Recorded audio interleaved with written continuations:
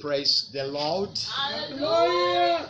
We are continuing the service of this morning when we are going to sing from our gospel hymn book, hymn number 300. Hymn number 300. I am thine, O Lord. I have heard thy voice. Sound it, told thy love to me. But I long to rise in the arms of faith and be closer drawn to thee.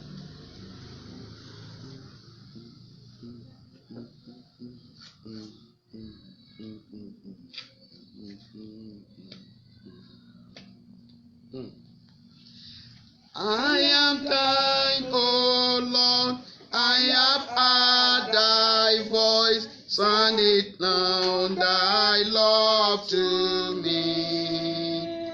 But I long to rise in the arms of faith and be closer drawn to thee.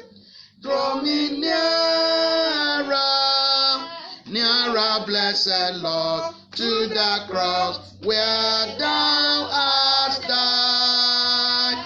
Draw me nearer, blessed Lord, precious bleeding side. Consecrate me now to thy service, Lord, by the power of grace divine. Let my soul look up with a steadfast hope, and my will be lost in thine. Draw me nearer, blessed Lord, to the cross where thou hast died. Draw me nearer, blessed Lord, to the precious bleeding side. Oh, the pure delight of a single act, that before throne I stand. When I kneel in prayer and with thee, my God, I commune as friend with friend. Draw me nearer, blessed Lord, to the cross where thou hast died. Draw me nearer, blessed Lord, to thy precious bleeding side.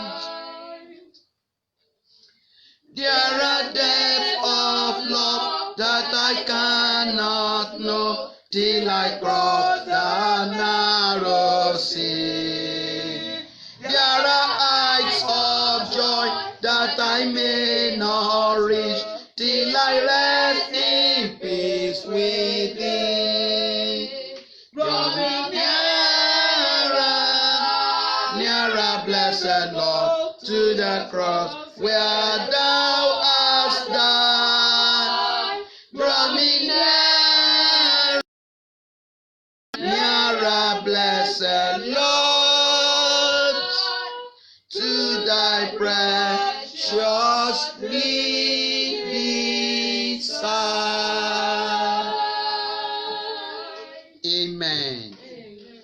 Our Father and our God, we thank you this morning for yet another great opportunity given to us to see today and to gather before thee to serve and to worship you. Lord, we thank you because you are the reason for our existence. As we are going into your word this morning, Lord, we pray that through your words you bless our spirit, souls, and body. Amen. You give us a spiritual illumination. Amen. To understand the mystery of your word. Amen. You deliver that into our hands that you have purposed in your heart to do. Amen. For you are the one that can do what no man can do. Amen.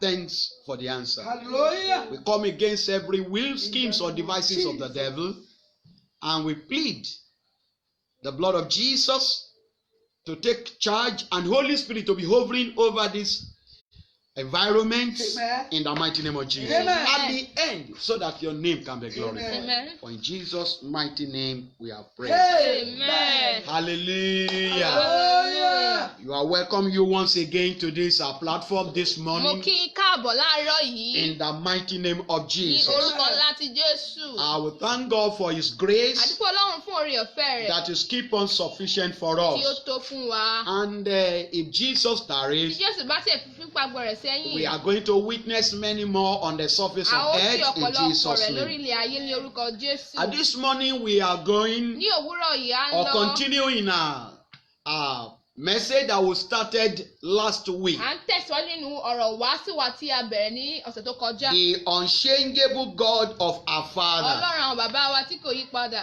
Then we are going to consider part 2 of it this A ó morning. ṣe apá kejì rẹ̀ ní òwúrọ̀ yìí. And I pray that as we are going through the words of God, Ẹ̀ ń gbàdúrà bí a ṣe ń wo ọ̀rọ̀ Ọlọ́run. as we are searching through the pages of the Bí a ṣe Bible, ń wo ọ̀rọ̀ Ọlọ́run. may God bless our spirit, souls, and body in Jesus' name. Fún ọ̀pọ̀ ẹ̀mí àti ara wa ní orúkọ Jésù. And on that glorious Ní day, ọjọ́ ológo náà, when we shall assemble before the throne of God at Bema, nígbà tí gbogbo wa yóò paragbọ́jọ ní Bẹ́mà, we will receive the crown that fadeth not. a ó gbé Amen. adé tí ò lè yí padà ní orúkọ Jésù. Amen. Amen.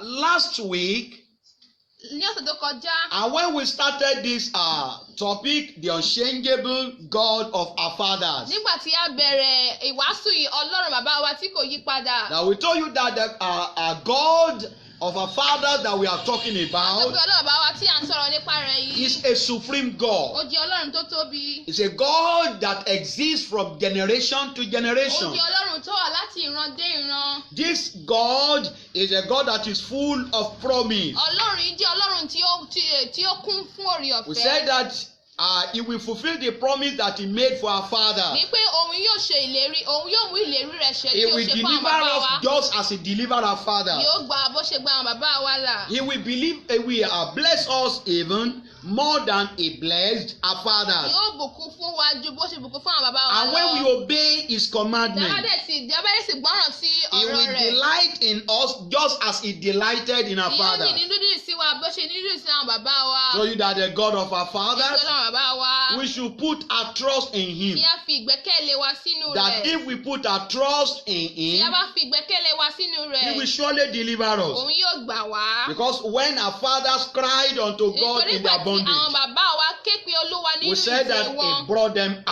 out. sọ pé ó dẹ̀ mú wọn The jáde. God of our Father we are talking Ọlọ́run about, bàbá wa tí à ń sọ̀rọ̀ nípa rẹ̀ He yìí. dwells in heaven. Ó gbé nínú ọ̀run. And now this morning, Ní òwúrọ̀ yìí. in part 2 of this message of the unchangeable God of our Ní fathers, apá kejì ìwàásù Ọlọ́run bàbá wa tí kò yí padà we want to yìí. consider the act of God. Ọlọ́run àwọn bàbá wa. We want to look at the act of God of our A fathers. fẹ́ wo ìṣe Ọlọ́run àwọn bàbá wa. But before that, let's go to our text Ṣùgbọ́n kí a tó tẹ̀síwájú ẹja lọ sí ọ̀rọ̀ in the book ìwàásù of wa. 1 Kings chapter 8. Ní ìwé àwọn ọba kìíní. 1 Kings chapter 8, Ìwé àwọn ọba kìíní orí verses kẹjọ. 57 and 58. 57 and 58. The Lord our God be with us, as He was with our fathers. Let Him not leave us nor forsake us, that He may incline our hearts unto Him, to walk in all His ways, and to keep His commandments, and His statutes, and His judgments, which He commanded our fathers. Hallelujah. Hallelujah. The Lord our God be with us, Kí Ọlọ́run bàbá wa kí ó wà pẹ̀lú wa. as He was with our Bí ó fathers. ti wà pẹ̀lú àwọn bàbá wa. Let Him not leave us Kí ó má fi wá sílẹ̀. nor forsake Kí ó us. sì máa fọ̀ wá I sílẹ̀. told you last week Mo sọ fún wa ní ọ̀sẹ̀ tó kọjá. that we want to dissect this particular verse. Ní pé a fẹ́ tú ọ̀rọ̀ yìí sí wẹ́wẹ́. Now, in the part 1 of this message, Ní apá kìíní ọ̀rọ̀ wàásù yìí. we have explained Àti the ṣe law, àlàyé. the God of our fathers. Ọlọ́run àwọn bàbá wa. We explained who He was and who He is and who He will continue to A be. ṣàlàyé ohun tó jẹ́, ohun tí ó wà, ohun tí ó dẹ̀ sì máa jẹ́ títí láéláé. Now, I want to talk about A fẹ́ wo His acts. ìṣe rẹ̀. What make Him that God? Kí mìíràn. make him so supreme? Ga Why gbogbo make lọ. him higher, bigger than any other Lórí tó God? jẹ́ pé ó jẹ́ ẹni tó tóbi tó dẹ̀ sì ní agbára ju gbogbo àwọn ọlọ́run The mìíràn. acts of God of our fathers. Iṣẹ́ ọlọ́run àwọn bàbá wa. He said that God wants us to keep his covenant Ọlọ́run fẹ́ kí a mú ìlérí rẹ̀ ṣẹ. so that he will deliver us from the hands of our enemy. Kí ó bá lè gbà wá kúrò lọ́wọ́ ọwọ́ ọ̀tá wa. So that he can deliver us out from the hands of our enemy. Kí ó bá lè gbà wá kúrò lọ́wọ́ ọ̀tá wa. You see, that verse 58 said that he may incline our hearts unto him, to walk in all his ways, and to keep his commandment and his statutes and his judgment which commanded our fathers. That is, if we can do this, if we can incline our hearts Tí a unto bá lè him, fi ọkàn wa sí ọ̀dọ̀ rẹ̀. if we can keep his commandments, Tí a bá lè pa àṣẹ rẹ̀ mọ́. if we can keep his statutes, Tí a bá lè pa òfin rẹ̀ mọ́. if we can do just as he commanded us to Tí a do, bá lè ṣe bí ó bá ti pa láṣẹ fún ọ láti then ṣe. he's ready to deliver us from the hands Ó of our ṣetán enemies. láti gbà wá kúrò lọ́wọ́ ọ̀tá wa. Because so he did to our Ó ṣe fathers. ṣe bẹ́ẹ̀ náà ló ṣe fáwọn bàbá wa. That is why enemy never prevail over them. Nítorí pé náà ni àwọn ọ̀tá ò fi gborí You wọn. know, Jesus likened us to the light. Ẹ mọ̀ pé Jésù ó fi wá ṣàpẹ̀wé iná. That we are the light of the Ní world. pé àwa ni iná ayé, àwa ni ìmọ́lẹ̀ ayé. The city that set on the hill that can never be hidden. Ìlú tí a gbé sórí àpáta tí a kò Ìlú tí a tẹ̀dó sórí òkè tí kò lè farasin. ìlú tí a tẹ̀lé tó yọ kìí lè fara sí. So the God that we are talking about, Ọlọ́run tí a dẹ̀ ń sọ̀rọ̀ nípa rẹ̀ we yìí. really want to look at his A act. fẹ́ sáré wo ìṣe rẹ̀. Number one, Ìkíní, this God that we are talking about Ọlọ́run tí a ń sọ̀rọ̀ nípa rẹ̀ yìí. is the one that created heaven and earth. Òun ló dá ọ̀run òun ayé. He created heaven and Ó earth. dá ọ̀run òun ayé. In Genesis chapter 1, Genesis orí kìíní, verses 1 to 3, ẹsẹ̀ kìíní sí kẹta. in the beginning, God created the heaven and the earth. And the earth was without form and void, and darkness was upon the face of the deep. And the Spirit of God moved upon the face of the waters. And God said, let there be light, and there was light. This God that we are talking about, the God of Ọlọ́run our tí a ń fathers, sọ̀rọ̀ pa rẹ̀ yẹn, Ọlọ́run àwọn bàbá is wa. the God that created heaven and earth. Òun ni Ọlọ́run tó dá ọ̀run In òun the ayé. beginning, God. Nínú ìbẹ̀rẹ̀ láti bẹ̀rẹ̀ In the Ọlọ́run beginning, ní God. àtètèkọ́ṣe Ọlọ́run. He created heaven and the Ó earth. dá ọ̀run òun ayé. He created heaven and the Ó earth. dá ọ̀run òun Though ayé. the earth was without form Ayé sì wà ní júùjú. and void, Ó sì ṣófo. darkness was upon the face of the deep, Òkùnkùn sì wà lójú ibú. and the Spirit of God moved upon the Ẹ̀mí face of the Ọlọ́run water. sì ń rá bàbà lójú omi. And God said, Ọlọ́run sì wí pé that is where the creation begins. ibẹ̀ ni And God said, Ọlọ́run sì wí pé let there be light. kí ìmọ́lẹ̀ kí ó And wà. there was light. Ìmọ́lẹ̀ sì wà. You know, when there was light, Nígbà tí ìmọ́lẹ̀ Verse wà. 4 says, and God saw the light that it was good. Ọlọ́run sì rí ìmọ́lẹ̀ rẹ̀ pé ó dára. Light attracts good things. Ìmọ́lẹ̀ ó máa pè nǹkan tí ó dá wá. Light chases away darkness. Ìmọ́lẹ̀ máa ń lé òkùnkùn And jáde. that is why the Bible says the light shineth Nítorí náà ni Bíbélì sọ into pé- the darkness, and the darkness comprehend it not. Ìmọ́lẹ̀ náà tàn, òkùnkùn kò lè borí rẹ̀. You see, that is the beauty of the light. Eléyìí jẹ́ Wherever ẹwà the tí light ìmọ́lẹ̀. manifests, Ibikíbi tí ìmọ́lẹ̀ bá sí wà. darkness will flee. Òkùnkùn ò lè rí bí. And I pray this sásí. morning Mo dẹ̀ gbàdúrà ní That òwúrọ̀ the yìí. light of God Kí ìmọ́lẹ̀ will Olúwa lighten every darkness of your life. yóò mọ́lẹ̀ ayé wa. And the darkness of your life will disappear in Jesus' Òkùnkùn ayé name. wa yóò pòórá ní And you orúkọ see, when your Jésù. life portray light, Tí ayé wa bá sì ní ìmọ́lẹ̀, darkness will disappear. òkùnkùn yóò Good parẹ́. things will manifest. Nǹkan tí rere yóò God cannot farahàn. create anything except He command that until He command that let there be light, and there was light. Ọlọ́run yóò lè ṣe nǹkan kan tí ò bá lè paláṣẹ kí ìmọ́lẹ̀ wà yóò dẹ̀ wà. So, and He made a provision for us to live comfortably. Ó sì pèsè kí a bá lè gbé ayé ní lọ́rùn. This God that we are talking about, Ọlọ́run tí à ń sọ̀rọ̀ nípa rẹ̀ yìí. this God that we are talking Ọlọ́run about, tí à ń sọ̀rọ̀ nípa He rẹ̀ said yìí. the God that created heaven and the Àníkó earth. òun Ọlọ́run tí ó dá ọ̀run wáyé. The Bible says he make everything beautiful in his time. Ó jẹ́ kí gbogbo ẹ̀ kókó rẹwà nígbà tirẹ̀. Hallelujah. Hallelujah. He make everything beautiful. Ó jẹ́ kí gbogbo rẹ̀ ó rẹwà. Because this God is an awesome God. Ó jẹ́ Ọlọ́run tí ó ní agbára So púpọ̀ when he púpọ̀. created everything, Nígbà tí ó dá gbogbo nǹkan tán. he made provisions for us to live comfortably. Ó pèsè fún wa kí a bá lè gbé ayé ní If we ìrọ̀rùn. look into that chapter 1 of Genesis very well, Tá bá wo orí kìíní Genesis we will see dáradára. that everything that man needed to live comfortably on the earth had been provided before man was created. A rí pé Ọlọ́run ti dá gbogbo nǹkan tí àwa yóò máa gbé tí ó lè máa fi jẹ́ kí ìgbé ayé wa jẹ́ ìrọ̀rùn. Ọlọ́run ti dá sílẹ̀ kó tó dá wa. So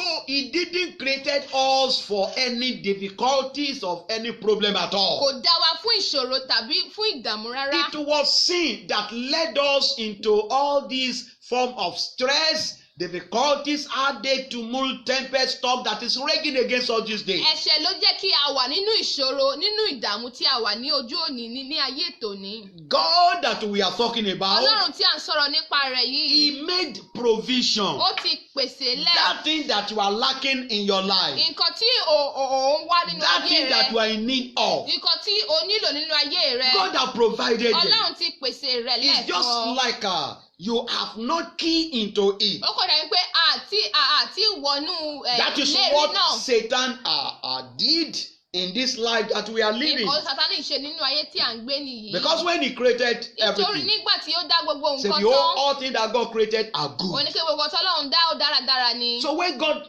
look into it, Nígbà tí Ọlọ́run dẹ́ wò ó sínú rẹ̀. he saw that everything that he created, Ó rí pé gbogbo nǹkan tóun dá they were all good. dáradára ni wọ́n. Because God is a perfect God. Ṣùgbọ́n nítorí pé Ọlọ́run wa jẹ́ Ọlọ́run tó pé. The God that we are talking about Ọlọ́run is tí a à ń sọ̀rọ̀ perfect nípa God. rẹ̀ yìí ó jẹ́ Ọlọ́run tó pé. So I said, this God make a provision for us to live comfortably.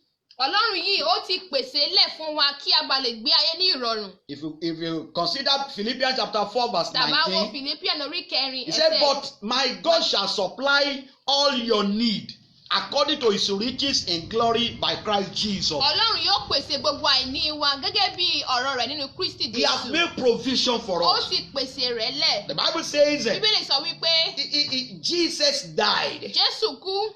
Hallelujah. Hallelujah. He make himself poor, Ó jẹ́ kí ara rẹ̀ tòṣì. that in his poverty that we can become rich. Nípe nínú òtòṣì rẹ̀ kí a bá lè lọ́rọ̀. So he said, but my God shall supply all your needs Ọlọ́run mi yóò pèsè gbogbo àìní yín according to his riches gẹ́gẹ́ bí ọ̀rọ̀ rẹ̀ in glory nínú ògo by Christ nínú Jesus. Kristi Jésù. So the provision that will make you to live comfortably, Gbogbo ìpèsè tó máa nílò láti jẹ́ kí a gbé it's ayé only God that ìrọ̀rùn. can provide it, Ọlọ́run nìkan ló lè pèsè rẹ̀. because he provided for our fathers. Nítorí pé ó pèsè fún àwọn bàbá ńlá wa. Look at the children of Israel for Ẹ já wo example. àwọn ọmọ Ísírẹ́lì. When they are in the wilderness, Nígbà tó wà nínú aginjù. when they got to Mara, Nígbà tó dé Mara. where there is no water, Ibi tí kò sí omi. for 3 days they have been walking without water, they are still thirsty. Ọjọ́ mẹ́ta ni wọ́n fi ń rìn láì They mú got to omi. Mara where they can find a pool of water. Wọ́n dé Mara tí wọ́n lè rí But when they omi. drank of it, it was bitter. Ṣùgbọ́n nígbà tí wọ́n mu nínú rẹ̀, wọ́n ní This kókóró. God changed bitter water to sweetness. Ọlọ́run yìí dẹ̀ ti yí omi tó korò. When ó they yí sí lack dídùn. food, Nígbà tí wọ́n rí For oúnjẹ 40 jẹ. years he fed them with manna. Fún ogójì ọdún ó bọ́ wọn pẹ̀lú mánà. When they lack water, Nígbà tí wọ́n ní omi mu. twice he provided water from the rock. Lẹ́ẹ̀mejì ó pèsè omi láti orí When they àpáta said wá. they need meat, Nígbà tó nípa àwọn fẹ́ he ẹran. provided quail. Ó And pèsè he àwọn fed ẹyẹ them with ojú ọ̀run. meat Yóò in dẹ̀- the wilderness. Ó dẹ̀ fún ọ ní ẹran nínú aginjù. They don't miss the road Wọ́n ṣìnà. because he gave them direction. Nítorí pé ó ń darí wọn. He led them by the pillars of cloud by day and by the pillars of fire by night. Ó darí wọn pẹ̀lú iná ní alẹ́ pẹ̀lú Ìkùùkù lọ́sàn-án. ìkùkù lọ́sàn-án. For you to know that this God has made provision for us to live comfortably. Kèmá lè mọ̀ pé Ọlọ́run yìí ó ti pèsè fún wa láti gbé ìgbé ayé ìrọ̀rùn. When it's time for us to sleep, Nígbà tá a bá fẹ́ sùn, sun will set. òrùn yóò wọ̀. And when we time for us to rise, Nígbà tó tó láti wá ká jí. so we rise. Òrùn yóò You see, dìde. he's the one that cause us to sleep and the one that wake us up. Òun ló jẹ́ kí a sùn, òun náà ló dẹ̀ jí wa ní àárọ̀. Time to work and time to rest. Ìgbà tá a bá fẹ́ ṣiṣẹ́ àti ìgbà tá a bá fẹ́ For you to know that this God is an awesome God. Àwọn ẹlẹ́wọ̀n pé Ọlọ́run yìí Ọlọ́run tó ní agbára He make ni. every provision. Ó ti pèsè gbogbo rẹ̀ sílẹ̀. Hallelujah. Hallelujah. And then if we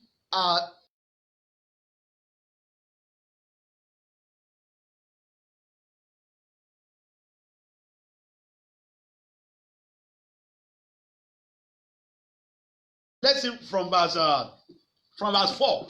Oh, let the nations be glad and sing for joy, for thou shalt judge the people righteously and govern the nations upon earth. Let the people praise thee, O God.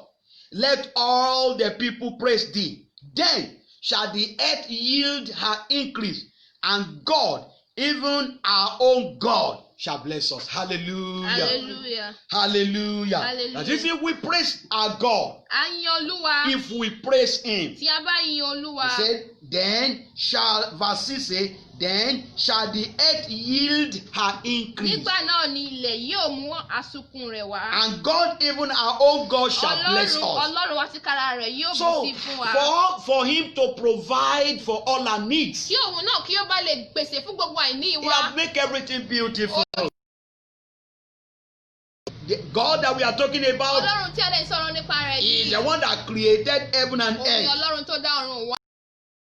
us to live Tó comfortably. dẹ̀ pèsè fún wa láti gbégbé ayé ní That is ìrọ̀rùn. the act of God. Eléyìí ni ìṣe Then Ọlọ́run. number 2, Ìkejì. this God that we are talking Ọlọ́run about, tí à ń sọ̀rọ̀ nípa I rẹ̀ mean yìí. the God of our Ó ní Father, Ọlọ́run àbá wa. He do not want any competition or rivalry because He is a jealous God.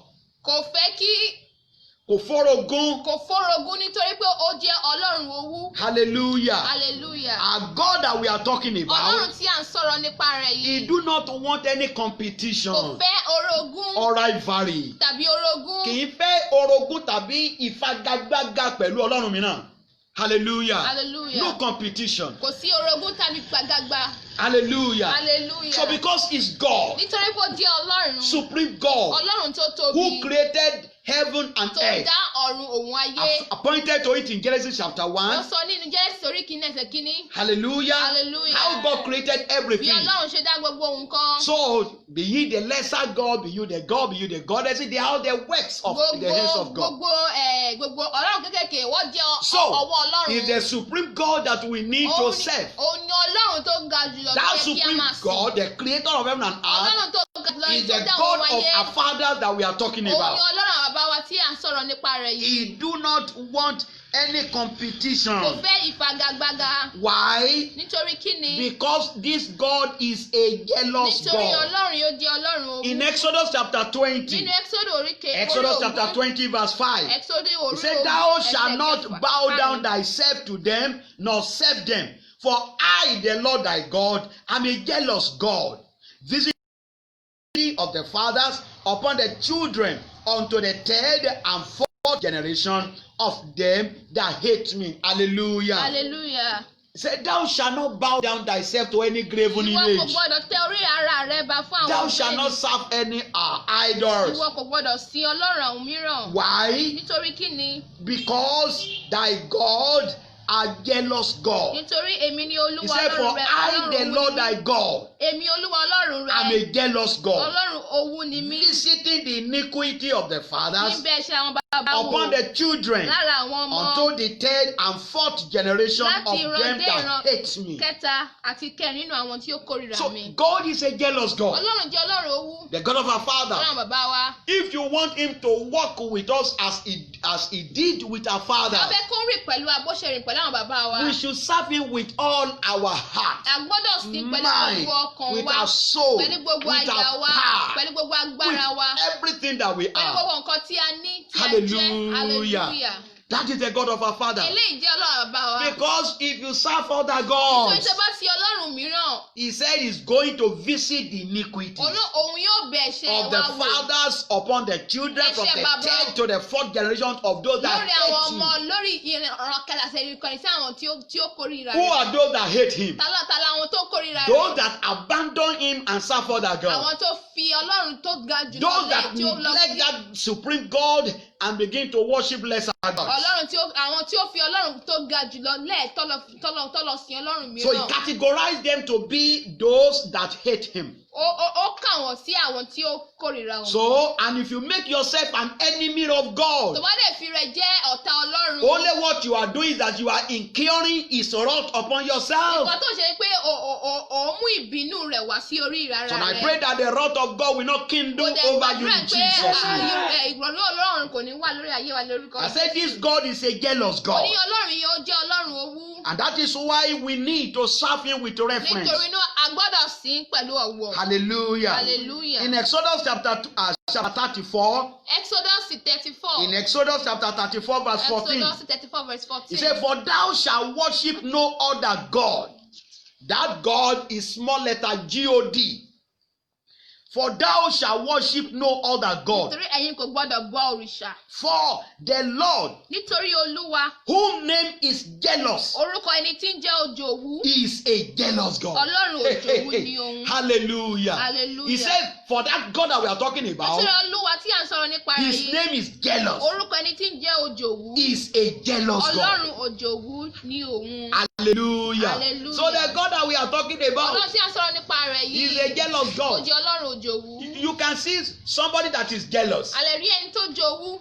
You know his action. àmọ́ gbogbo ìṣe When rẹ̀. a woman is jealous, tàbá rí obìnrin tí ó ń jowú. you know, you know what she can do. àmọ́ nǹkan tí ó lè ṣe When a man is jealous, nígbà tí ọkùnrin bá ń jowú. you know what he can do. ẹ mọ̀ nǹkan tí ó lè ṣe. So that they compare it to that God that we are serving. lọ́kàn pé ọlọ́run tí a dẹ̀ ń sọ̀rọ̀ His nípa rẹ̀ name káà is sí. jealous. ó jẹ́ ọlọ́run Not that he's a jealous God, kì í ṣe pé ó jẹ́ ọlọ́run but òjòwú. his name is ṣùgbọ́n jealous. orúkọ rẹ̀ jẹ́ òjòwú. Hallelujah. Hallelujah. For thou shalt worship no other God. a yóò gbọ́dọ̀ sin ọlọ́run For the mìíràn. Lord, whose name is nítorí jealous, ọlọ́run tí ó ń jẹ́ is òjòwú. a jealous òun God. ni ó jẹ́ òjòwú ní òun. So that you should know how to worship him. kẹ́ lè mọ bẹ́ẹ̀ ṣe máa sìn ín. You can go to our YouTube channel, ẹ lè lọ sórí YouTube channel wa. Nicholas Owóẹ̀yẹ. Nicholas Owóẹ̀yẹ. Go and watch the worship of God. ẹ lè wo bí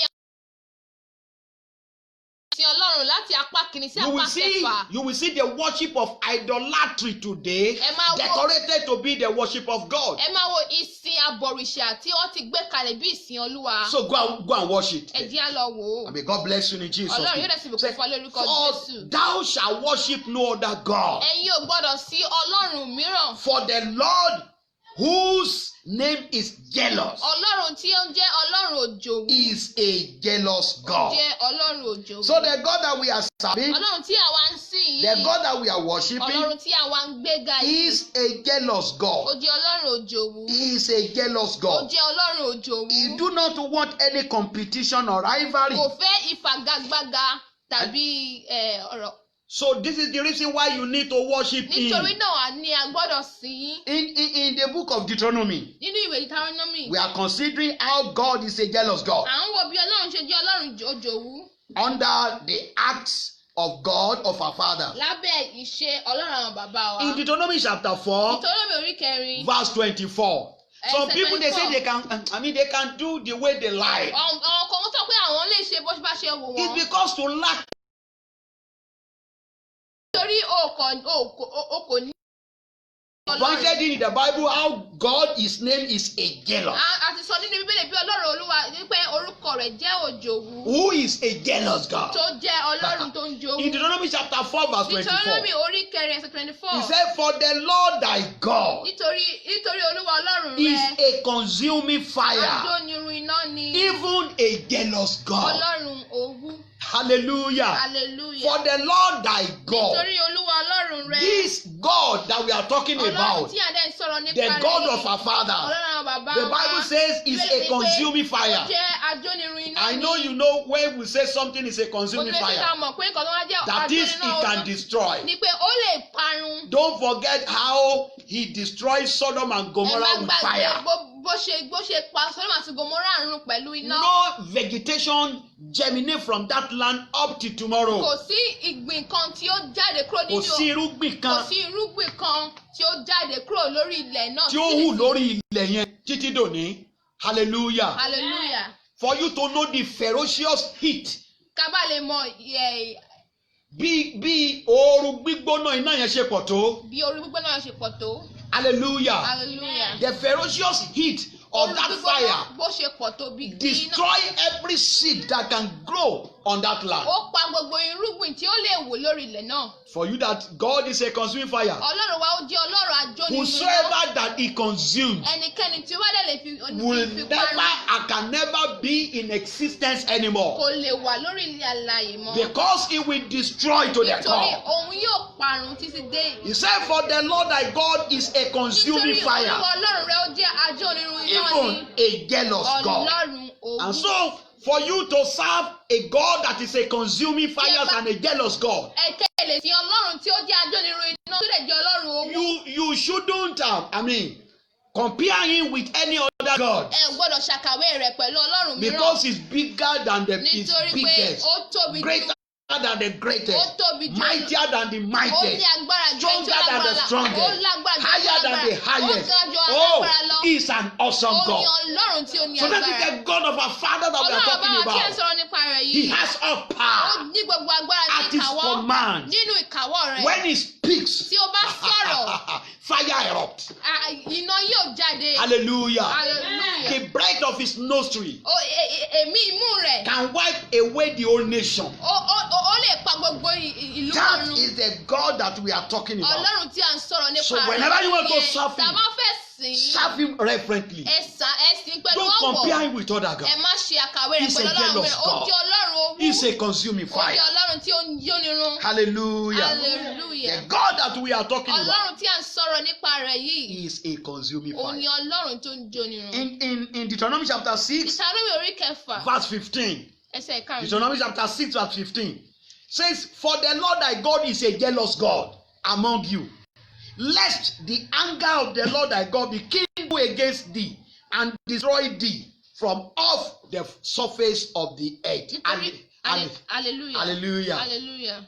Yes. Nítorí Olúwa Ọlọ́run rẹ̀ Ọlọ́run owú ni Yeah. nínú yín, kí ìbínú Olúwa Ọlọ́run rẹ̀ kí ó má bàa ru sí ọ, òun á sì run ọ kúrò lórí ilẹ̀. Hallelujah. Hallelujah. If his anger can kindle against you, Kí tí ìbínú rẹ̀ bá ru sí ọ, he will destroy thee from off the surface of the òun ó earth. dẹ̀ sì run ọ kúrò lórí Deuteronomy ilẹ̀. chapter 6, verse 15. Deuteronomy orí kẹfà ẹsẹ̀ karùndínlógún. Hallelujah. Hallelujah. He said, For the Lord thy God is a jealous Nítorí God. Olúwa Ọlọ́run rẹ̀ Ọlọ́run Among owú ni you. nínú yín.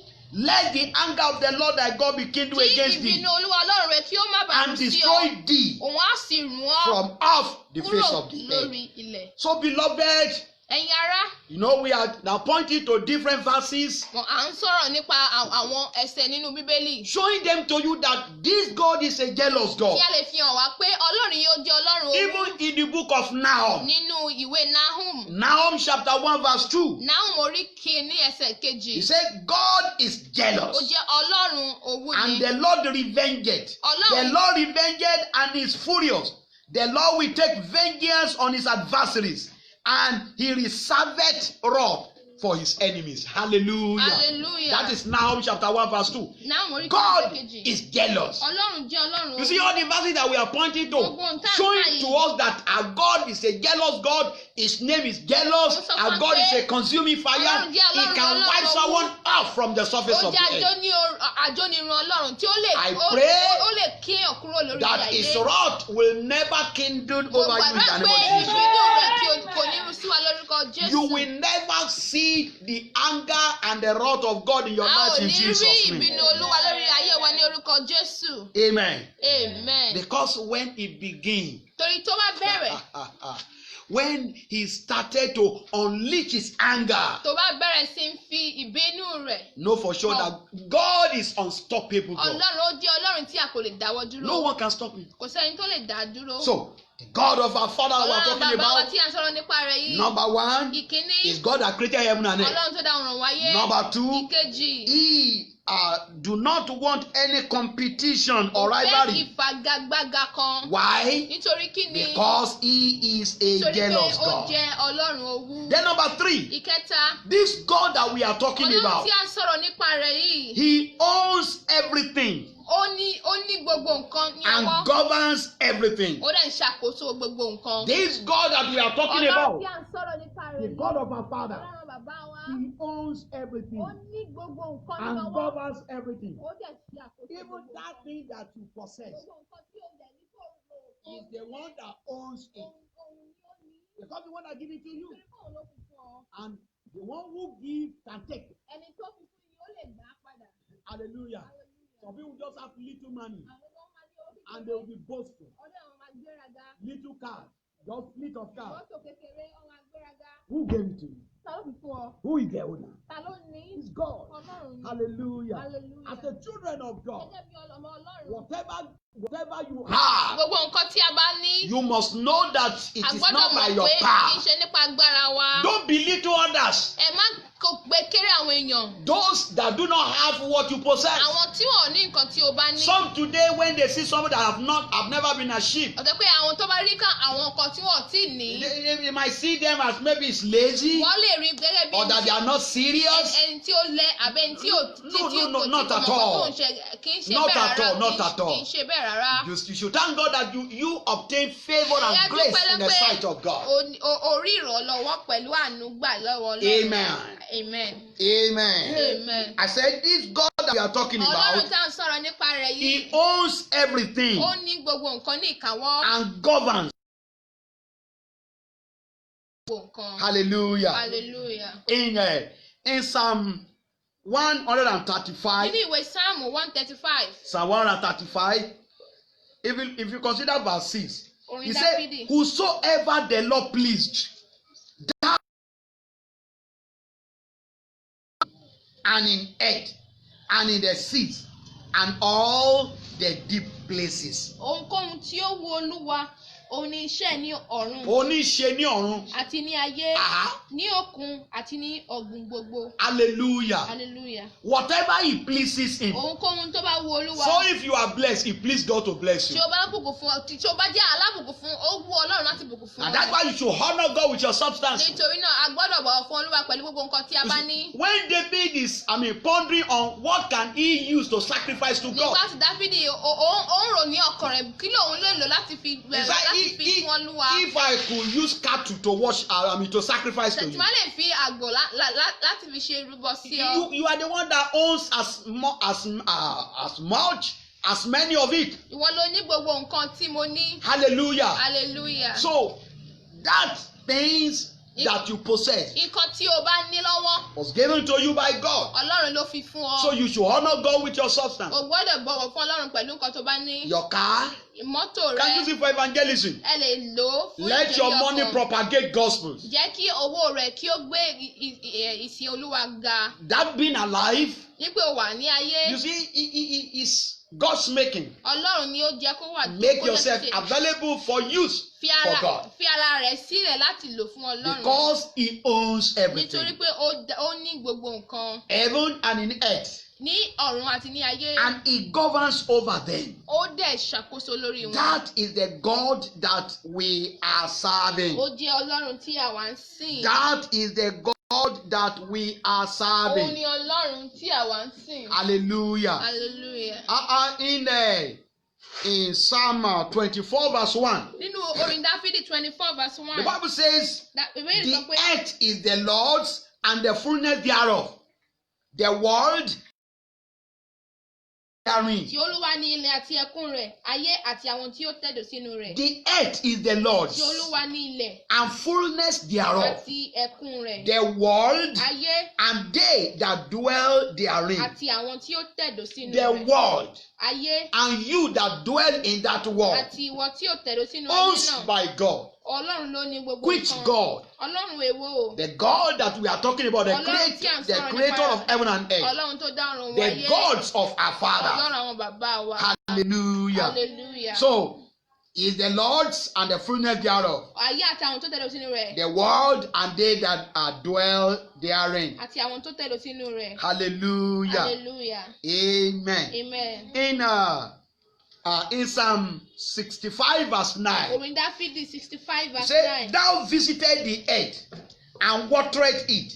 Thou greatly enrichest it with the river of God, which is full of water.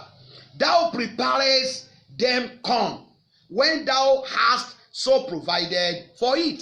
Wọ́n bẹ ayé wò, wọ́n sì bomi rin. Yes, Wọ́n mu ní ọrùn. that is the one that watered the earth. Òjò kó rọ̀ nígbà àkókò Yes. rẹ̀.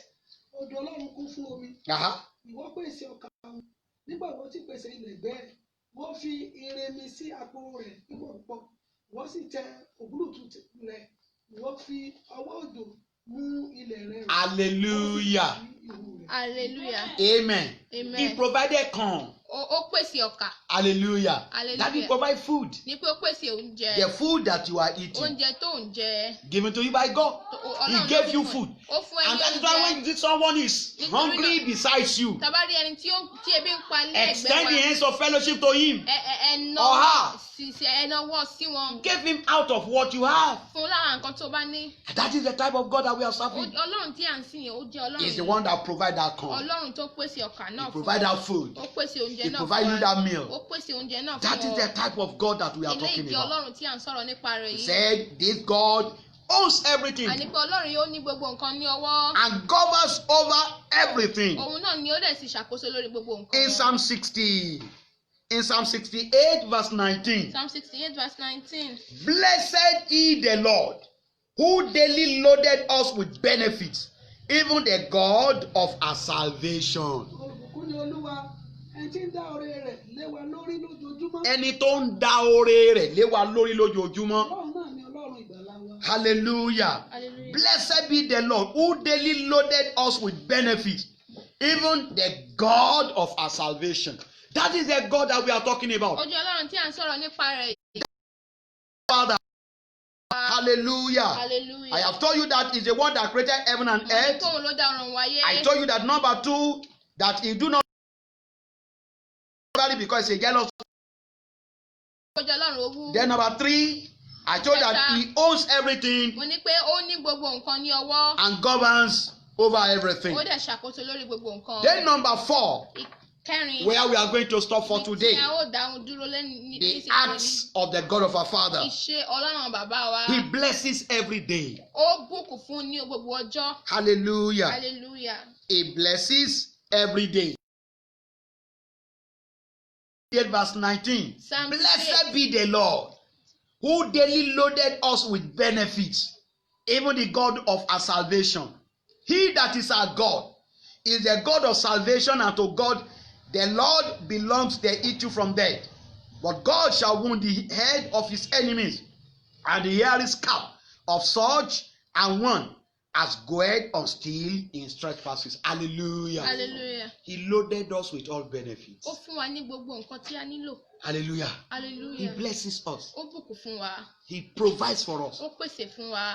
Amen. Amen. Before Adam and Eve Kí Ádámù àti Éfà could be created and placed in the Garden of Eden, kí a tó dá wọn kí a gbé wọn sórí ilẹ̀ Édẹ́nì. he made all the fruits available. Ó mú gbogbo èso ó mú wọn kí ó Provide wà. 4 rivers, Àwọn odò 4 rivers that met odò mẹ́rin tí ó kórajọ pọ̀ in that garden, nínú garden So- nínú ìsìn. they can drink, Wọ́n lè mu. they can bathe themselves, Wọ́n lè wẹ̀. they can swim if they like. Wọ́n lè wẹ̀ nínú So they don't lack anything. Wọ́n There are fresh air in the garden. Kìnní tútù wà nínú Atẹ́gùn ìtura wà nínú ọgbà. Atẹ́gùn ìtura wà nínú ọgbà. Hallelujah. Hallelujah. So all things that they needed Gbogbo nǹkan tí wọ́n have been nílò provided by this God wọ́n ti pèsè. Ọlọ́run yìí ti pèsè fún before wọn before he created them kí ó tó dá wọn. and placed them in that garden of Ó pleasure. dẹ̀ gbé wọn sínú ọgbà Ọgbà ìtura. ìtura. He blesses every day. Mo ní ó ń bùkún fún ni ní ọjọ́ ojúmọ́. The name of the Lord, Orúkọ Olúwa. this God that we are talking Ọlọ́run about, tí à ń sọ̀rọ̀ nípa rẹ̀. the name Lord, Olúwa orúkọ Olúwa. that is capital L-O-R-D. L-O-R-D. Hallelujah. Hallelujah. Means Jehovah, Ó jẹ́ ìtumọ̀ the Jèhófà. Almighty, Ọlọ́run. Alágbára. Alágbára. Hallelujah. Ọjọ́ Ọlọ́run tí a ń sọ̀rọ̀ nípa You rẹ̀. can have God of this, you can have God of A that, lè ní Ọlọ́run báyìí, a lè ní Ọlọ́run God tí of mìíràn. thunder, Ọlọ́run God of iron, Ọlọ́run Ògún. God of river, Ọlọ́run Goddess of river, Ọlọ́run God òkun, of masquerade. Ọlọ́run You can think ìmọ̀já, God is God that, God is God that. Ọlọ́run báyìí, Ọlọ́run bẹ́ẹ̀. But there is no one beyond Jehovah. Kò sí This Lord that we are talking about. Ọlọ́run tí à ń sọ̀rọ̀ nípa ẹnìkan ló ń His jẹ́ name Jehovah. is Jehovah. Ní orúkọ rẹ̀ ń jẹ́ Meaning Jehovah. Tó Almighty. jẹ́ Ọlọ́run He alágbára can do jùlọ. all things. Ó lè ṣe ohun gbogbo He can nǹkan. make things to Ó happen. lè jẹ́ kí gbogbo nǹkan He ṣẹlẹ̀. can do and undo. Ó lè ṣe, ó He lè can reconstruct your life. ó lè tú ayé He rẹ can mọ́. reposition your life.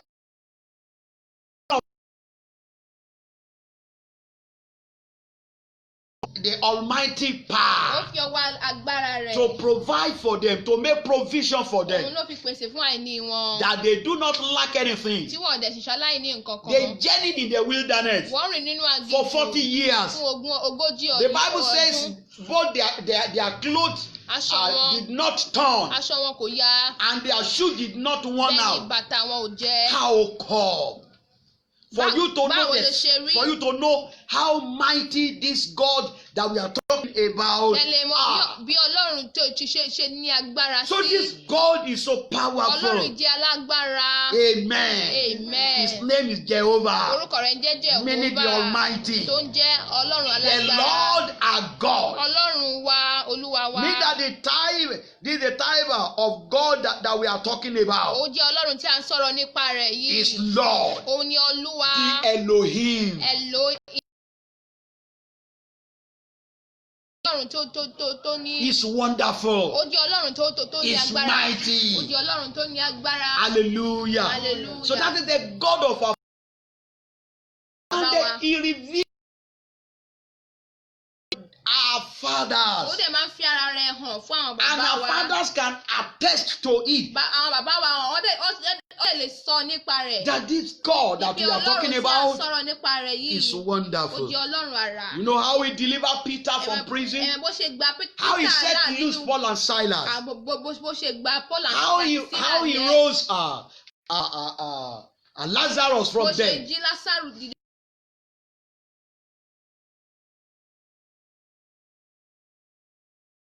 Bartimaeus the blind recover his sight. Bí Bátílómíù afọ́jú bó ṣe rí ìran. Hallelujah. Hallelujah. The awesomeness of God. Ó jẹ́ Ọlọ́run àrà. So, this is the God of our Father that we are talking about. Ọlọ́run tí a ń sọ̀rọ̀ nípa rẹ̀ yìí. I am telling you this one that you should rest Mo sọ pé assured. kí ẹ fọkàn balẹ̀. Whatever that you are passing Gbogbo through, nǹkan tí a bá ń He là has kọjá. done it in time Ó ti past. ṣe ní ọjọ́ tó And He never kò dé changed. yí padà. The government of the world can change. Ní ìsìn tí ayé ó lè The yí padà. systems of the world can change. Bá a ṣe ń ṣe tí ayé lè yí But padà. this God that we are Ṣùgbọ́n talking Ọlọ́run about, tí a ń this sọ̀rọ̀ God that we nípa are rẹ̀, serving, Ọlọ́run tí this a wá ń God of sìn, our fathers Ọlọ́run bàbá never wa kò change. yí padà rí. Amen. Kò yí padà. This God never changed. Ọlọ́run yóò yí padà. Hallelujah. Hallelujah. Amen. Amen. In Psalm 83 verse 18. Orin Dáfídì 83 verse 18. Psalm 83 verse 18. Orin Dáfídì 83 verse 18. That men may know that thou, whose name alone is Jehovah, art the most high over all the earth. Kí àwọn èèyàn kí ó lè mọ̀ pé ìwọ orúkọ ẹnìkan ṣoṣo tí ń jẹ́ Jehovah. Orúkọ ẹnìkan ṣoṣo. Orúkọ ẹnìkan whose name alone is Jehovah. No other person is being addressed as Jehovah. Kò sí ẹni tí a lè pè ní Jehovah. Except this Lord that we are talking about. Gẹ́gẹ́ bí That Ọlọ́run. men may know that thou, whose name alone is Jehovah. Kí àwọn ènìyàn kí ó lè mọ̀ pé ìwọ orúkọ ẹnìkan ṣoṣo tí ó ń jẹ́ Jehovah. Ìwọ ní ọ̀gá àgọ́ lórí ayé gbogbo. Art the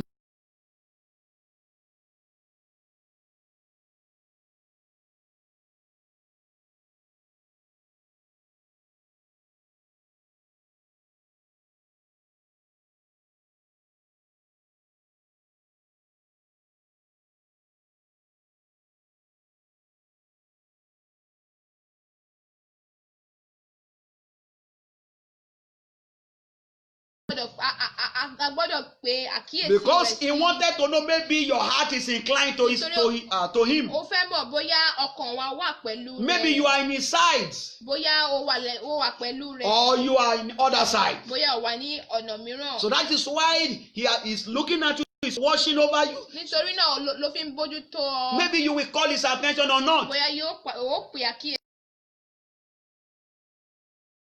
ọkọ òun Place his head upon the pillow. ó gbé orí rẹ̀ sórí And the boisterous wind ní pé is ravaging against them. ìjì dẹ̀ ń jà. The apostles, they are confused. Àwọn àpọ́stélì ìwọ ò mọ nǹkan tó fẹ́ ṣe mọ́. And before they could perish, they quickly wake up Jesus. Kí wọ́n tó parun. Master, Wọ́n pe Jésù. if you don't care, maybe we perish. Tẹ́ ẹ̀ bá rí a ó parun. Hallelujah. Hallelujah. Ẹ̀yin ò tilẹ̀ bìkítà bí àwa ṣègbé. You don't even care if we Let perish. me tell you, God cares. Ọlọ́run ó bìkítà. He just wants you to call his attention. Ó fẹ́ kí a pe àkíyèsí. He said, call upon me and I will answer Pè thee. mí, èmi yóò sì dá ọ Say, lóhùn. ask and it shall be given. Béèrè, èmi yóò sì fi fún So, ọ. this is God. Eléyìí jẹ́ Ọlọ́run wa. Hallelujah. Hallelujah. Amen. Amen. So he said that even they know that thou, Kọ́ba lè that mọ̀ pé men may know that thou, kí àwọn èèyàn lè mọ̀ pé whose ìwọ name alone is tí Jehovah, orúkọ rẹ̀ nìkan jẹ́jẹ́ o. are the most high Ìwọ ni ọ̀gá ògo over all the lórí earth. ayé gbogbo. His name is Jehovah. Orúkọ rẹ̀ ń jẹ́ His Jehovah. name alone. Orúkọ rẹ̀ nìkan.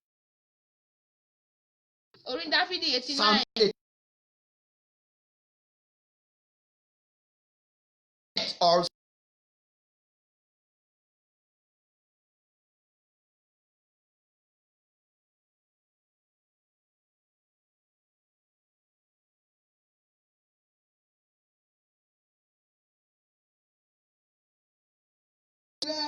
Ayé pẹ̀lú ní tirẹ̀, ayé àti ẹ̀kún rẹ̀. You are the one that founded them. Ìwọ ni ó ṣe ìpìlẹ̀ wọn. Talk of anything. Ẹ sọ nípa nǹkan Say the kan. heavens are thine. Ọ̀run ní tirẹ̀. The earth also is thine. Ayé pẹ̀lú ní tirẹ̀. And as for the world and the fullness thereof, Ayé àti ẹ̀kún rẹ̀. thou hast founded Ìwọ them. ni ó ti ṣe ìpìlẹ̀ That is the God that we are talking Ìjọ about. Ọlọ́run tí a ń sọ̀rọ̀ nípa rẹ̀. The God of our Ọlọ́run Father. àwọn bàbá wa. Also in Psalm 99, Orin Dáfídì 99. verse 1. Ní ẹsẹ̀ kìíní. Psalm 99, verse 1. Orin Dáfídì 99. The Lord reigneth. He is seated between the cherubim. Let the earth be moved. Olúwa jọba. Yes. Jẹ́ kí àwọn èèyàn kí ó wárìrì. So he's the one that reigns. Ó jẹ́ Ọlọ́run tó ń jọba. Let the people Kí àwọn tremble. ènìyàn kí ó wá rírì. Ó jókòó lórí àwọn kérúbù. He is seated. Ó jókòó. Kí ayé kó ta gbọ̀ngbọ̀n. Kí ayé kí ó ta gbọ̀ngbọ̀n. Kí ayé kó ta gbọ̀ngbọ̀n. Hallelujah. Hallelujah. He is seated between the cherubims. Ó jókòó láàrin àwọn Let the kérúbù. earth be moved. Kí ayé kó ta gbọ̀ngbọ̀n. So that is the God, he reigns supreme over everything. Ọlọ́run ni ó jẹ́ ẹni tó reign lórí gbogbo nǹkan. Ó ń jọba lórí Ó ohun ń gbogbo. jọba lórí gbogbo nǹkan. Heaven o, earth o, Lórí ọ̀run lórí even over ayé. cherubim here. Wọ́n sọ nípa That is àwọn even kérúbù. the angels. Even àwọn kérúbù. Hallelujah. Hallelujah. Ó jọba lórí ayé.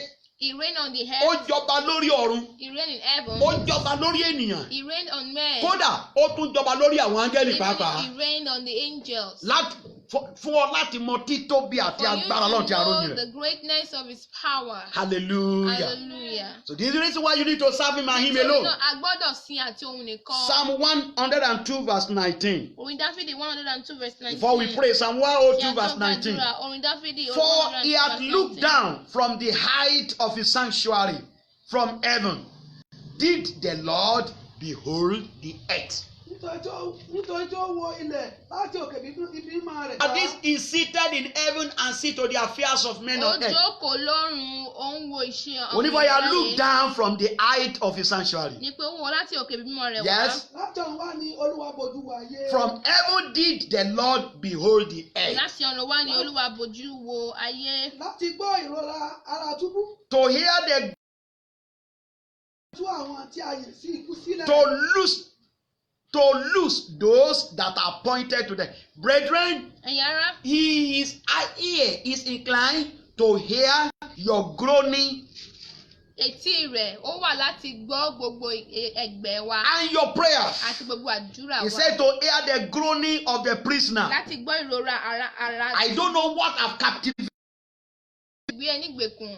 He will hear your groan. Òun yóò gbọ́ ìgbé wa And to do what? láti ṣe kí ni. To lose those that are appointed to death. láti tú àwọn tí a yàn sí ikú sílẹ̀. Even if doctor have written you off. tí dókítà bá ní pé o kò lè yé Whom àìsàn report yìí. are you believing? ta ni o fẹ́ gba ìrì Is rẹ̀ that the gbọ́? report of God or the Ṣé report of doctors? tàbí ọ̀rọ̀ ti àwọn dókítà. Is it the report of men or the report of God? ṣé ọ̀rọ̀ táwọn èèyàn bí ọ̀rọ̀ ti Ọlọ́run. Hallelujah. hallelujah. He said heaven and earth is possible to pass away. ẹgbẹ́ ọ̀run àtayé ó ṣeé ṣe láti ré kọjá. But the little iota of his word will not pass away without being ṣùgbọ́n tí ó nínú fulfilled. ọ̀rọ̀ mi kò ní lọ láìṣẹ. Don't forget, má ṣe gbàgbé. even Sarah, Sarah never mind the deadness of his womb. kò wo ikẹ̀ ti ikú. Kíkú inú rẹ̀. kíkú inú rẹ̀. Yet he become the mother of ó nations. jẹ́ ìyá At his gbogbo old, ayé. at her old age, nínú ọjọ́ ogbó rẹ̀. God gave Ọlọ́run her fún un ní ọmọ. the promised child. Ọlọ́run fún un ní ọmọ ìlérí. Don't forget Elizabeth. má gbàgbé Elizabeth.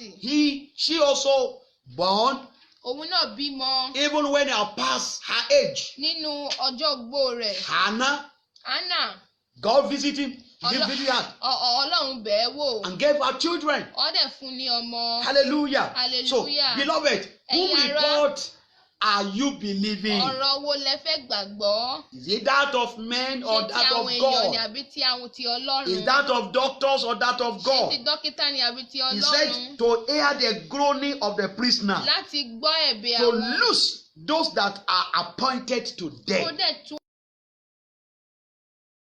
Even if doctors have written you tí off, àwọn dókítà bá ti ní pé o lè yí àìsàn náà. you dreamt, o lálàá. or maybe there is a case or spell in your family tàbí tàbí nǹkan wà nínú that they say rẹ. nobody cross this age in your lineage. kò sí ẹni tí ó kọjá I am ọjọ́ orí. assuring kò you dẹ̀ sọ fún wa ní ènìyàn. that those written documents are not of God, gbogbo nǹkan tí wọ́n kọ sílẹ̀ They are kì í ṣe of ti Ọlọ́run. devil. ó jẹ́ ti àwọn and by the virtue of death and resurrection of Jesus pẹ̀lú Christ, ikú àti àjíǹde those Jésù evil Kristi. records are being blotted out now in Jesus' gbogbo name. náà láti gbé kúrò ní orúkọ Jésù. That if that evil written document is being now tear off, gbogbo dọ́kúmẹ́ǹtì òkùnkùn yẹn àti that evil record now have been set ablaze gbogbo nǹkan tí a ti kọ sílẹ̀ ni a ti dáná in the name of Jesus. Ọlọ́run tí a ń sọ̀rọ̀ nípa rẹ̀ yìí. He is an ocean Òun divider, ni Ọlọ́run tó the pín sea òkun sí méjì. divider. Ọlọ́run tó pín òkun sí méjì. Hallelujah. Hallelujah. He is a breaker. No one have crossed in your family. Ó jẹ́ ibì kan tí àwọn èèyàn You ò will tí be ì the gbé number kọjá. one that will cross Wàá it. jẹ́ àkọ́kọ́ ẹni tí yóò kọjá. Nobody bẹ̀. have attained that high Kò sẹ́ni tó ti dé ibi gíga náà. because something abound them. Nítorí pé àwọn kan máa ń fún wọn sínú But you are setting loose this morning. Ṣùgbọ́n ìwọ àti tú ọ sílẹ̀ ní The God our Father set you Ọlọ́run loose. bàbá wa ti tú ọ But sílẹ̀ ní because he has orúkọ Jésù. promised Nítorí pé ó ti ṣèlérí. that to hear the groaning of the prisoner Pé láti gbọ́ ètí and to àwọn loose onígbèkùn. those that are appointed to Ládẹ̀ ti death. tú àwọn sí àti fi síkú sílẹ̀. If anyone pronounce death to Tàbá you, rí tell ẹnikẹ́ni them tó tún sọ nípa ikú fún ẹ sọ fún wọn wípé that you will not die but to àwa ò live. ní kú ṣùgbọ́n àwọn And to yóò yè. proclaim the good works of our God. Láti ṣèlérí You will Olúwa. live to fulfill your destiny. Ẹ ó yè You will láti live fi to ọkàn fulfill yìí- your purpose on it. Yóò yè You láti will fi live to gbogbo fulfill nǹkan your ṣẹ. mandate. Yóò yè láti fi gbogbo nǹkan ṣẹ. In the name of Ní Jesus. orúkọ Jésù. These and many more are the acts of our Eléyìí God. àti bẹ́ẹ̀ bẹ́ẹ̀ lọ, ó jẹ́ And this iṣẹ́ is Ọlọ́run just wa. what we will be able to do this morning. Nǹkan tí a bá lè sọ ní òwúrọ̀ yìí And I lélẹ́yìí. pray that God Èmi Almighty dẹ̀ ń gbàdúrà ní pé Ọlọ́run jẹ́jẹ́ òfà will nìkan visit you yóò bẹ̀ ẹ́ in wò. the name of Ní Jesus. orúkọ Jésù. Will set you free Yóò tú ọ sílẹ̀. in the name of Ní Jesus. orúkọ He's the Jésù. God of our Ó ní salvation. Ọlọ́run ìgbàlà He will wa. give you the salvation, Òun yóò fún ẹ ní ìgbàlà. spiritual salvation, Ìgbàlà ti ẹ̀mí. physical salvation, Ìgbàlà ti ara. material salvation. Ìgbàlà ti ohun In kan. the name of Jesus. Àwọn tí wọ́n ti kọ̀ ọ́ They will be sílẹ̀. looking up to Wọ́n you. máa wọ̀ ẹ́. In the name of Ní Jesus. orúkọ Jésù. Even if you have appointed to die, Bàbá ti fún pé ìwọ God will loose you. yóò tú ọ and I sílẹ̀. command now, Mo dẹ̀ paláṣẹ let nísinsìnyí. every Jẹ́ kí shackles gbogbo and ìdè. fetters of Jẹ́ kí death gbogbo ìdè be ikú. broken in the name of Jesus. Orúkọ Jésù. Ní orúkọ Jésù. We thank you this morning for your A dúpẹ́ lọ́wọ́ rẹ words. láàárọ̀ yìí fún ọ̀rọ̀ rẹ. And I pray, Mo dẹ̀ gbà lé as àdúrà. I've shown your people, Bí a ṣe fi hàn àwọn your ọ̀rẹ́ rẹ. acts, Creator of heaven and earth, Ọ̀run wáyé. you own everything. Gbogbo You nǹkan. govern ló ṣàkóso lórí gbogbo And you nǹkan. are God. Ìwọ dẹ̀ ní sí ní That you don't Ọlọ́run. allow any competition or Yóò fẹ́ rivalry. ìfagagbága kankan. You are the God. Ìwọ ni Ọlọ́run. You are the Jehovah Ìwọ ni who Jehovah. blesses Ẹni everything. tí ó And bùkún I gbogbo pray ènìyàn. Mo dẹ̀ sì gbàdúrà. That as many Gẹ́gẹ́ bí that àwọn are ọ̀pọ̀lọpọ̀ listening to me right tó ṣe ń now, gbọ́ mi ní òwúrọ̀ or that yìí. are viewing right Tí now, wọ́n dẹ̀ ń wò mí ní or òwúrọ̀ that they will yìí. view Ọdún later, pé wọ́n dẹ̀ wò ní. I pray Mo gbà ní that you àdúrà. visit them Pé ìwọ yóò at bẹ̀ the wọ́n wò. points of their Àti needs. ibikíbi tí wọ́n In bá the ti name of ní Jesus, orúkọ Jésù. you prove yourself Yóò lè ti fi to ara our rẹ̀ Father. hàn sí Ọlọ́run. Father, prove yourself. Ó jẹ́ ẹni tí ó In máa the ń name of gbogbo Jesus, ẹ̀dá lórúkọ they will Jésù. cross Wọ́n yóò ré kọjá. what no man have ever crossed in their Ibikíbi family. táwọn èèyàn ò tí ì ré kọjá nínú ìdílé wọn. In the name of Ní Jesus. orúkọ Jésù. In the name of Ní Jesus. orúkọ Jésù. That limitation, Ibi gbèǹdéke náà. they are breaking it now. Wọn yóò fọ́ tútú. That yoke Ibi gbèǹdéke is náà. breaking out. Yóò ti fọ́ tútú. Because you are the yoke broker. Nítorí pé ẹ̀yin ló ń fọ́ àjàgà. In the name of I, Yóò gbé wọn sókè. they will live to fulfill their destiny. Wọ́n ń yè láti They mú will fulfill their àyànmọ́ṣẹ́. purpose. Wọ́n mú àyànmọ́ṣẹ́. In the name of Jesus. Lórúkọ Jésù. God of our Father, Ọlọ́run àwọn bàbá wa. you are the one that led Ìwọ ló children of Israel to their promised ìwọ ló land, the tọ́ land àwọn of Canaan. ọmọ Israẹli lọ sí ilẹ̀ Father, ìlérí lead wọn. these people to their desired Olúwa heaven. tọ́ wọn lọ sí In ibi the tí name wọ́n of lọ. Jesus, Lórúkọ it Jésù. is done. Ó ti ṣe é It is ṣe. settled. Ó ti ṣe é In the name of the ṣe. Ní Father, orúkọ Bàbá. in the name of the Lórúkọ Son, ti Ọmọ. in the name of the Holy Lórúkọ Ghost. ti Ẹ̀mí In Mímọ́. Jesus' Ní mighty orúkọ name Jésù. we pray. Gbàdúrà. Amen. Amen. In Jesus' name. Hallelujah. Hallelujah. We thank God for what God has done again Adúpẹ́ lọ́lọ́run today. tọ́lọ́run ti ṣe lénìí. Trusting God that His word will not return unto Him void, A mọ̀ pé ọ̀rọ̀ rẹ̀ ò ní except padà He bọ̀. perform that which He has sent it for. Láì má ṣe ọ̀rọ̀ tí a ti rán. Be expectant, Ẹ jẹ́ because ká jẹ́ nǹkan. expectations is the mother of manifestation. Nítorí pé kí a máa retí nǹkan ó jẹ́ nǹkan tó máa ń farahàn. Beloved, Ẹ̀yin ará, the Lord will be with you. Ọlọ́run yóò wà pẹ̀lú The rẹ. Lord will guide you Ọlọ́run yóò tọ́ ọ in the mighty name ní of orúkọ Jesus. Jésù. And as we are going for this Bàdé week, ṣe ń lọ nínú ọ̀sẹ̀ you will yìí. experience a divine total turn around. Ẹ ó jẹ́ Prayers, fún àdúrà. counseling or questions, Fún ìbéèrè or tàbí inquiries. ìgbàníyànjú tàbí you can ìbéèrè call us on our cell phone lórí àtẹ̀jíṣẹ́ on wa.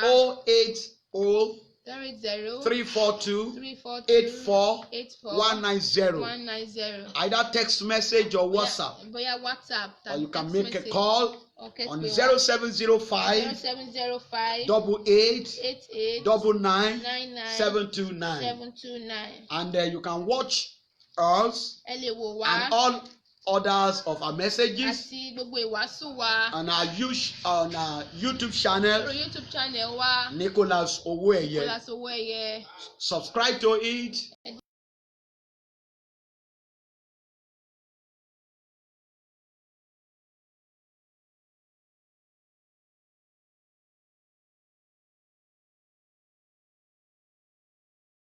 God bless you. Ọlọ́run yóò bùkún fún wa. Stay blessed.